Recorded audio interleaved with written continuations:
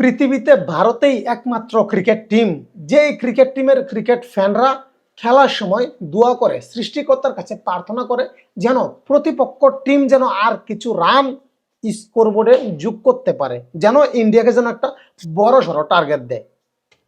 কারণ বড় সড়ো বলতে কেমন টার্গেট? হোক না 200 রান, হোক না 250 রান, হোক না 297 রান। কি 297 বললাম? কিছু মনে পড়ছে? হ্যাঁ, 297 কি মনে পড়ছে এই মুহূর্তে কমেন্টস বক্সে জানাবেন। ইন্ডিয়ান ক্রিকেট ফ্যানদের তাতে কিচ্ছু যায় আসে না। কারণ একটাই, কারণ এই ইন্ডিয়ার ক্রিকেটারগুলোর উপর ক্রিকেট ফ্যানদের বিশ্বাস আছে, তাদের আত্মবিশ্বাস আছে যে আমাদের হার্দিক পান্ডিয়া আছে, আমাদের অভিষেক শর্মা আছে, আমাদের সূর্যকুমার যাদব আছে ক্যাপ্টেন, আমাদের ফুঙ্কু হার্দিক পান্ডিয়া আছে। ফুঙ্কু নাকি কুংফু কি যেন বলে, ঠিক আছে ভাই।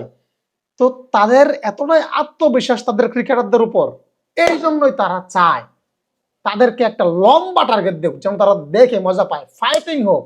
পুরো বিশ্বের ক্রিকেট ফ্যান এবং ইন্ডিয়ান ক্রিকেট ফ্যানদের মধ্যে এটাই পার্থক্য। তারা চায় না যে প্রতিপক্ষ টিম 50 রানে গুটিয়ে যাক, তারা চায় লম্বা একটা রান দেও, ইন্ডিয়ান প্লেয়াররা কষ্ট করে ম্যাচ জিতুক। এখানেই ইন্ডিয়ান ক্রিকেট ফ্যানদের আর অন্য দেশের ক্রিকেট ফ্যানদের সঙ্গে পার্থক্য। দেখেন, এটার আমার কাছে একটা প্রমাণও আছে, বাস্তব প্রমাণ। আপনারা যদি বলেন হৃদয় ভাই হয়তো বা মন গড়ার কথা বলতেছেন, নো, মন গড়া না।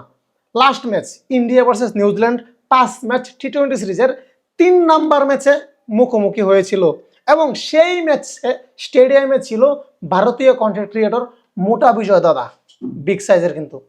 আবার অনেকে বলে 1 নাকি আজীবন পরে। যাই হোক, আমার শ্রদ্ধেয় মোটা বিজয় দাদা স্টেডিয়ামে ছিল উপস্থিত, লাইভ সে ম্যাচ দেখেছে এবং সে তার ভিডিওতে তার মতামত প্রকাশ করেছে যে নিউজিল্যান্ড যেন অল আউট না হয়, নিউজিল্যান্ড আর কিছু রান করুক, আর কিছু রান করুক, আর কিছু রান স্কোরবোর্ডে তুলুক।